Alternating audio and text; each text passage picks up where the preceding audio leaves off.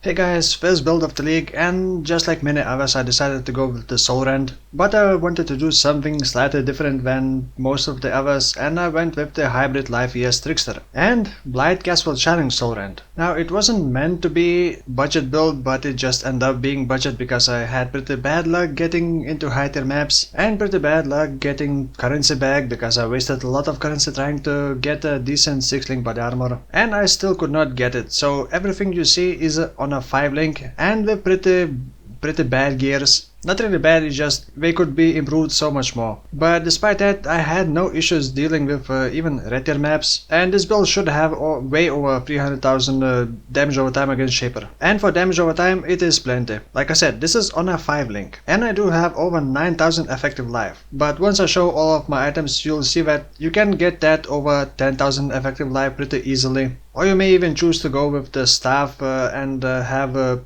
6-link setups. You would have less effective life, but you could get way more damage combined. Now again, I did not have very good luck with map returns, so there's only gonna be tier 7 Elder fight and his guidance, and only one Shaper's guidance fight, which is Hydra. All the other clips are gonna be from lower tier maps. So more about the build, and one of the more common question is what's the benefit of Blight CwC Soulrend over just using Soulrend manually? And the simple answer is laziness, because with one button click you can do 3 things. As you cast Blight, it ramp ups the damage, slows enemies, applies wither stacks because of 2 threshold jewels, and then you cast Soulrend frequently. As a self-cast, Soulrend does cost a lot of mana, and you need to reapply it more than once a second because its duration is very short. So with this you can apply Ascend Drain for a couple of seconds, you can apply Bane for a couple of seconds, and then just keep spamming Soulrend for very little mana cost. And Hinder from Blight is very defensively good. Basically anything that tries to move will do nothing. Also because this is a Trickster, on kill you recover life, mana and ES, and you have very strong defensive mechanic with the new Ghost Shroud and the new reworked Escape Artist. In short, you get many defensive things and even more speed. And then on your items, as always, you focus on resistances and then life and energy shield, and also evasion. So maybe it's not very new player friendly because you need to focus on so many stats, but also it is pretty easy to build it defensively and be pretty flexible with your gears. Maybe you get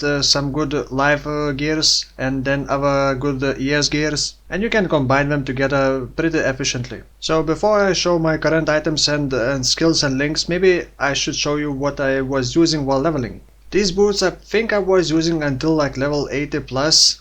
Then the belt, nothing special, life resistances, ES. Shield, just some random pretty decent shield with some life, ES. One with some spell damage and maybe hairs damage. As you can see, I didn't even have a hairs damage multiplier. Gloves, just life resistances and ES. Another body armor. I think this is the only item that I bought. I bought it 5-linked and I crafted this with some life and ES and some resistances. So the current gears aren't that much better. The current body armor is nothing special, it's just +1 to active skill gems, shaped body armor. And then I just tried to get some resistances or life or ES, but I ran out of currency and that's the best I could get. And because I have Escape Artist, each 6 points of evasion on body armor gives 1 flat energy shield. So you would actually want a body armor with more evasion, more life, more energy shield, and then maybe craft this gain 8% of maximum life as extra maximum energy shield mod. This mod works very well for the life ES hybrids. The more life you have, the more ES you get. And in this body armor I have Blight linked with casual channeling, Soulrend, efficacy, and then GMP, which I do swap for void manipulation against single target when I need more damage. GMP does not reduce the Soulrend's damage over time, because projectile damage only affects hit damage and not degen, and since GMP cannot be linked with Blight, so it does not increase Blight's mana cost. For a 6-link you can use Control Destruction. For the gloves, I found these gloves with a lot of life and crafted some resistances, but it doesn't have to be fingerless silk gloves. Any gloves with a lot of energy shield or some evasion and energy shield and some resistances and life. And in these gloves I have Ascend Drain linked with void manipulation, control destruction, and efficacy. For gloves, you may also consider using these gloves which grant level 22 Blight, but I don't know if it is worth it because you can't use Val Blight like that unless you would have a separate setup for Val Blight. But with these gloves you could have multiple 5-link setups and have your Blight Soulrend setup inside gloves, and inside the body armor you could have like a 5-link Ascendancy setup. Next, helmet, again energy shield, life and resistances, and I have Bane linked with Despair, efficacy and arcane surge level 6. So every time you cast Bane you also get arcane surge, which does give more spell damage, and of course Curse with Despair, which increases your hair's damage. An important note,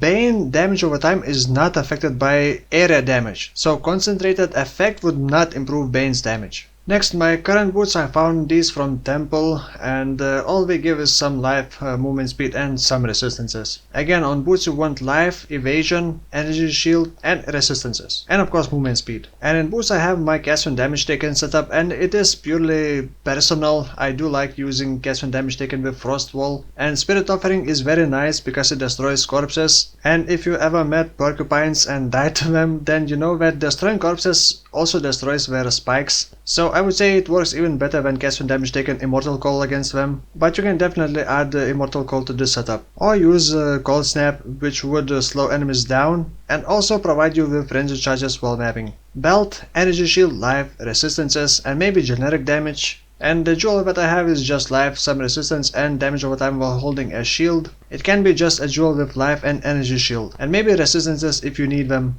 Rings and amulet, basically resistances, life, energy shield, maybe some attributes if you need like dexterity or strength. And then I chose to craft generic hair's damage. Shield, I also only recently got it at around level 88. Life, energy shield, some resistances. Would be nice to also have spell damage. And inside it I have discipline and malevolence. As for my wand, well, don't laugh. It's just spell damage and hair's damage. And I don't have the non-ailment hair's damage over time multiplier, which would give the most damage, but I never felt like damage was an issue for me, and I very much did not want to trade. I wanted to avoid trading as much as possible. So 99% of the items that I have are self-found. Oh, and in the weapon I have Flame Dash linked with faster casting. For the flasks, I still want to use at least 2 life flasks, and then I have Quartz Flask for phasing, dodge, and then Sulfur Flask for more damage, Consecrated Ground which does give you more regen, and of course curse removal. Now for the passive skill tree, first I got Patient Reaper, Prolonged Pain, then Ghost Dance, and then finally Escape Artist. I think Escape Artist is just too good to not take it, especially on a hybrid life ES build like this.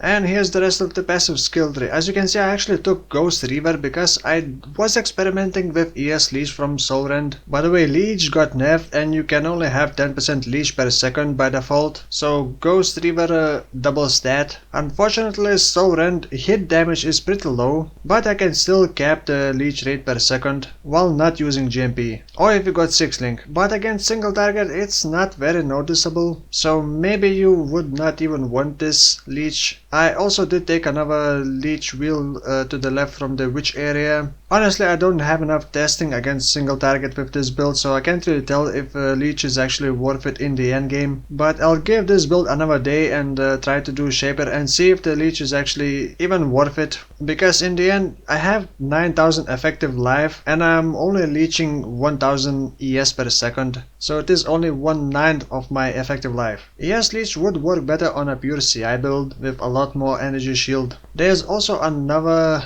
Leech wheel a bit above shadow area, and that would also provide a bit more Leech, because without this Leech I don't really have any reliable recovery against single target. You may want to carry a Worm Flask to have some worms to kill and get back life and ES, but I mean, worms, eh. So the rest of the passive skill tree, just getting more life, some energy shield, couple jewel sockets, don't need that many jewel sockets, mostly for the spreading rod jewels, obviously getting hair's damage over time multiplier, and also experimenting with the new channeling nodes. So when I'm channeling Blight, I also gain 4% physical damage mitigation. By the way, this is at level 8 and 9. If you level up more, you may get a bit more energy shield or a bit more life, or a bit more damage. You can get more spell damage through the witch starting area, or damage over time nodes along with life regen above the shadow area. I would say the build is pretty flexible and you should be able to easily adapt to what you want to do. Like I said, you may want to use a staff and then, well, you would lose some life and some energy shield, but at this point you should still have enough. And on a staff you could